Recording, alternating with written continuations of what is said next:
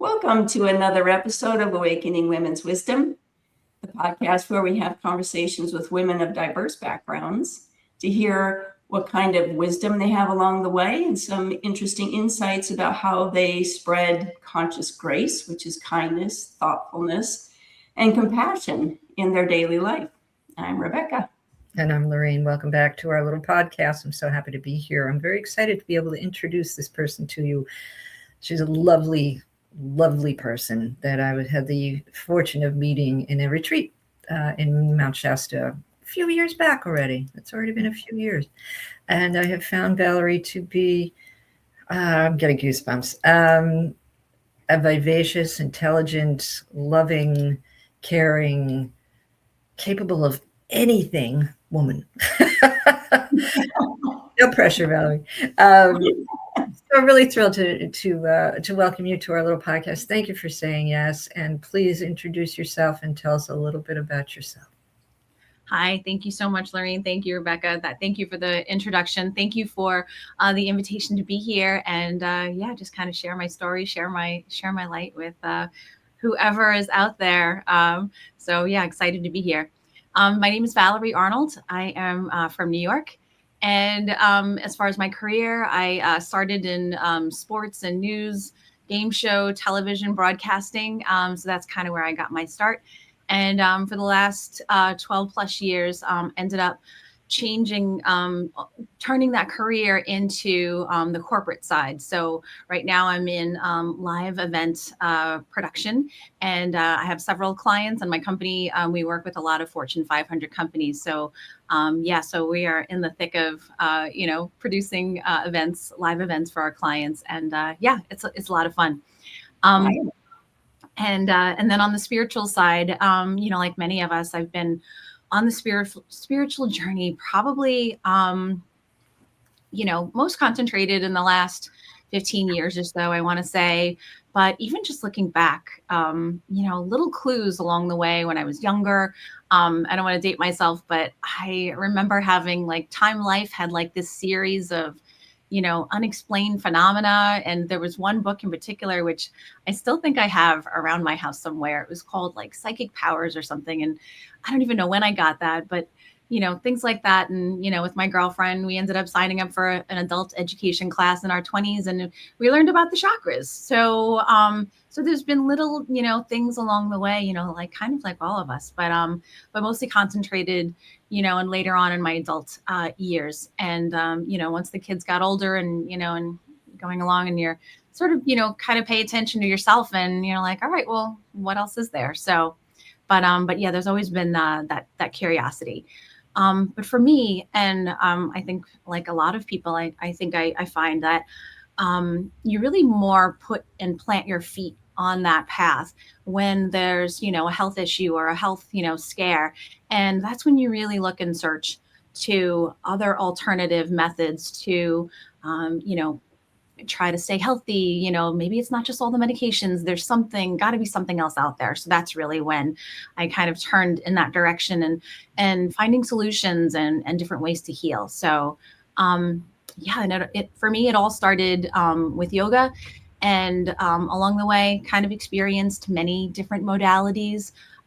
Signed up for every workshop that my yoga studio had to offer. And here in New York, I found that there's so many opportunities to explore different things. And, I'm so grateful to be here and have those opportunities, have those teachers along the way who you learn things from, and you just gain some knowledge, and you're like, yeah, that does resonate with me. Let me try it, So I would do a lot of different modalities, and I was a sponge. And like I said, every workshop I would try to sign up, and even just getting exposed to medical medium books. And not sure if you're familiar with Anthony Williams, with celery juicing and heavy metal detox smoothies. So yeah, so love all of that stuff. But kind of one thing led to another. So in my yoga experience, they would offer different workshops like astrology or shamanic journeying. And I would take these classes, even, like EFT or clairvoyant training, dream work, pranic healing, Reiki, past life regression, crystals. I have lots of crystals around my house, lots of friends, and it's exciting. And every year, I would find new things that really resonated with me and just made sense. And it was just very, very comforting.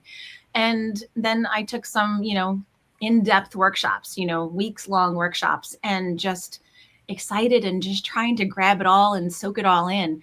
And even last night I was at a sound healing, which was just so yummy, just to end the evening with this beautiful sound healing. So, yeah, I try to surround myself with, different things like that, and expose myself and learn as much as I can.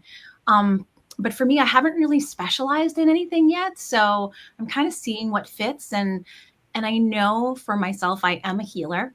But just as far as what, method, what modality that's going to be in, still to come, and still exploring, while, trying to, keep that full-time job and Right. supporting the family and all those other things that we end up doing. But I definitely make sure that I take time, just to nurture, that spiritual side and learn and grow. So. Wow. Nice. Wow.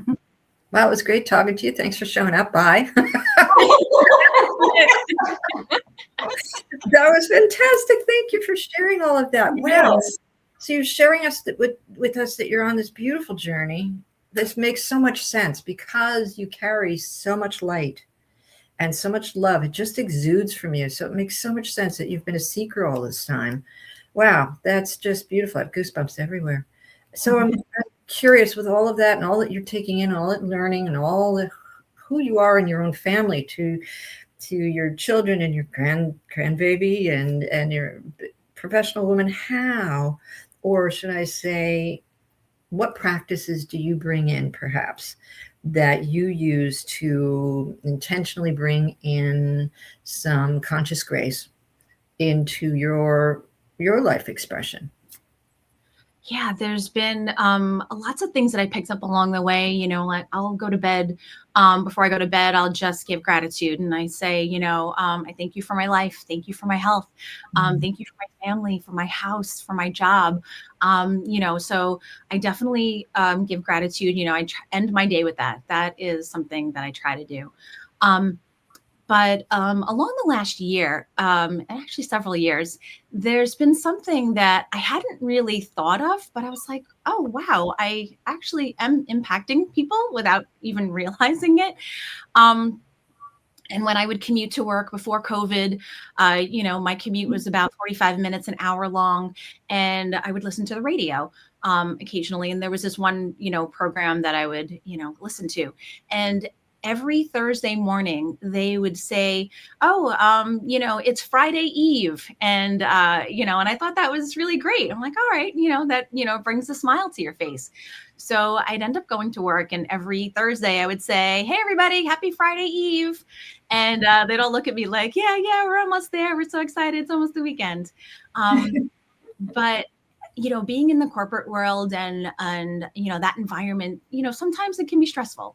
From my side, I'm also working on the agency side. So we are, trying to make sure that all of our clients are taken care of in a timely fashion and make sure everything goes really well. So at times, with any job, it can be stressful. It can be challenging. So I would also, kind of come into work and, just be like, happy Monday, happy Tuesday, happy Wednesday. And I would just sort of, kind of greet everybody and my clients as well, too, when I'd get on the phone with them, get on meetings with them. So that was kind of like, that was my thing. So I'm like, all right, let me just do this. And it, it brought smiles to people's faces. It changed the conversation at times, and it just turned people's heads rather than just getting, deep into what we have to talk about. It's like, oh, let me stop and take a seat back and like, oh yeah, we're all human. We're all in this together. So in little ways like that, I found that you are impacting, So then now we are in COVID, right? And everybody's virtual. So no one's really going to the office anymore. And again, same thing, it was such stressful times. And for my company, we ended up being on Zoom every single day and we had to turn our cameras on. And so again, I took that situation and I was like, happy Monday, happy Tuesday. And and even if I wasn't, feeling all that great or I was super stressed, I said, you know what, let me just share and shine my light. Let me just see, because I also feel like, kind of fake it until you make it. So even if I wasn't feeling well, I'd say that too. Happy Monday, and I'd get grumbles like, oh, it's a Monday. What's so happy about it? Like, all right, you know what? We're here, it's the day's almost over or whatever it is. So we're alive. So we're alive. So, for me, just spreading that and keeping it going. And then, after a couple months, of being, in meetings and on camera, everybody came to expect it. And you're like, oh, Valerie's here. All right, what's she going to say? So, and it would evolve to not just the day of the week. It would evolve to, whether it was, oh, happy full moon, or, happy December, it's this first day of December, whatever it is. So it kind of evolved into, customizing it or, happy National Ice Cream Day, so. And it was just, again, a way to, kind of ground ourselves and just, we're all in this together. Let's do this, and just kind of keep those positive vibe going, because sometimes it's crazy, so I would do that. And so everybody, it's just kind of expected. And then the culture started shifting in the office. I would also do it in emails to clients, emails to my colleagues.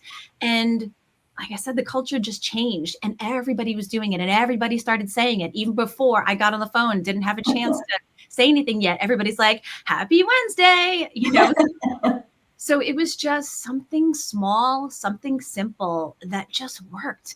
And it made me happy that I felt like I was spreading some light, spreading some joy, because, it can be tense, and it felt good. So I keep going. I still do it today.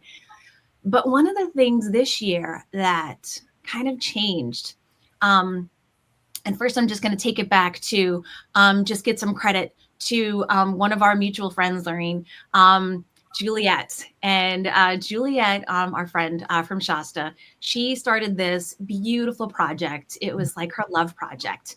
And what she would do is she was guided to give out these little quartz hearts, pink quartz. Yeah, it's pink quartz hearts. Yeah. Rose quartz. That's the word I'm looking for. Yes. Little rose quartz hearts. And she put it in this beautiful little package. And it also came with a saying. And it was see love, be love, and spread love. So that was an amazing project that she's still doing. She would give it to people, strangers in the street, anybody, who she found. She would also send it to people, in different parts of the country, around the world, and have them take these little, love packets and spread it around. So, so that was really, really inspirational. And when I was on a service project earlier this year, we took Juliet's idea, and rather than put it in these little packets, we would just buy, a bag full of these rose heart quartz. And we, at the time, we were kind of just leaving them in public places and, putting them out there for, whoever needed them, wherever they ended up, who they needed to go to, who needed, love. And occasionally, we would look around the corner, like, oh, look who that went to, and it's like, oh, wow.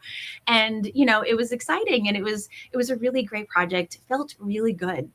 So then I kind of took that. I came home and bought, a bag of rose quartz for myself, and I keep them in my purse. And I started, anytime that I go out, whether it's for errands, whether it's, getting on the airport, and in the plane, and I would combine it with the happy Tuesday, and then I would, and just engaging people that way. So I didn't just do it in the office, didn't just do the greetings with my family and texting friends. I really started spreading it out to my daily life. and I don't really get out too much, but when I'm traveling, I'm everywhere. So I have this opportunity to spread, just that love and, happiness to just even a stranger. And, even earlier this week, I was on the plane and, I said it to one of the, stewardess on the plane, and they're like, oh, wow. And, like they turned around and this big smile, so even just those greetings, it's such an impact, and you don't know, how you are changing and impacting somebody's day. And just, again, reminding us all that we're human, we're all in this crazy times together in this chaos, and just bringing that little bit of humanity and greeting and just, kind of hello. So I'll take it back to the rose quartz. I've been taking it to the next level, doing the greetings. And then if I'm in a situation where I'm at a hotel, hanging out in the lobby, or even at a restaurant, or, in just some situation, and I'll observe, the people who are there, who are working and trying to, do good and take care of the customers. I'll recognize, somebody who's doing a really good job, somebody who's spreading their light, and I will take one out of my purse and I will go and hand it to them. And I'll say, thank you for XYZ, whatever they did to maybe help me, or even just, just do their job. And I will say, here, I recognize, the light in you, and I want to share this with you. This is a rose court hearts, and it's for love. It's just, spread your light. This is for you. Enjoy. And the reactions that I've been getting these last several months have just been amazing. And I would get hugs, I would get tears. Thank you so much. Oh my gosh, you don't know how much I needed this. Or, I was just, thinking, like there's some synchronicities, whatever it is. And it's been so special to me, and even just so simple, and like I said before, I didn't even realize, that what an impact it has. And it's really focused me and helped me as well too, because I've learned that when you're a healer and you're, whether it's energetic healing, whatever it is, when you're healing somebody, they're benefiting, but you're also benefiting as well too. You get something out of that as well too. And for me, it really grounds me. I'm super focused on work and taking care of things and taking care of my clients and family, making sure everybody's okay. So when I do that, it also grounds me. It helps the other person. It recognizes the other person, and just giving them a smile. Or when I give out the rose quartz hearts, it's just something that I just find, it's so simple, but it's so effective. And who knows, and they might be carrying these hearts around and like remembering it. I remember when I got this, or whatever it is, whatever the situation is. And I just feel like, for me right now, that's kind of what I've been focusing on, to spread love and joy in simple ways. And this has been it's been really great for me, and helping me as well too. So, Wow. So it's been fun. Beautiful. Beautiful. Beautiful indeed. Thank you so much, Valerie. I think there'll be a big order on rose quartz hearts. No, it is beautiful. It doesn't have to be a hefty thing to be a very rippling, potent, beautiful thing. So thank you so much for sharing that. Of course. As you were talking about sort of the things you've been exposing yourself to over the years, and there's been quite a spectrum and so many different areas and ways. I'm curious if there is some wisdom that you feel like you're in the process of learning right now. Wisdom for myself. Yeah. Again, being in the corporate environment, sometimes there's challenges, about how to be your authentic self, and to be okay with, your interactions with your colleagues and with your clients. And I think for me, that's something that I've been working on. And, and just being honest, I don't feel good when, I have to say white lies or anything like that. And I've really just kind of been owning it and just, making it work, and, and just kind of staying true to myself and not compromising, my values. So I think that for me has, been something that I've been, taking away. And then this year also I had an accident where I ended up falling and having a concussion. And I know, Laurine, you were so helpful, and thank you again for, just kind of being there and helping me, in the aftermath, and kind of, just, giving some energetic healings. It was so helpful. And I think from that accident, I learned a couple of things. That first of all, there was this little voice inside my head, before I fell, XYZ, you should take your shoes off. And I was like, no, because I was outside. I don't want to, maybe step on a pebble or something and then have, anything issues with my feet.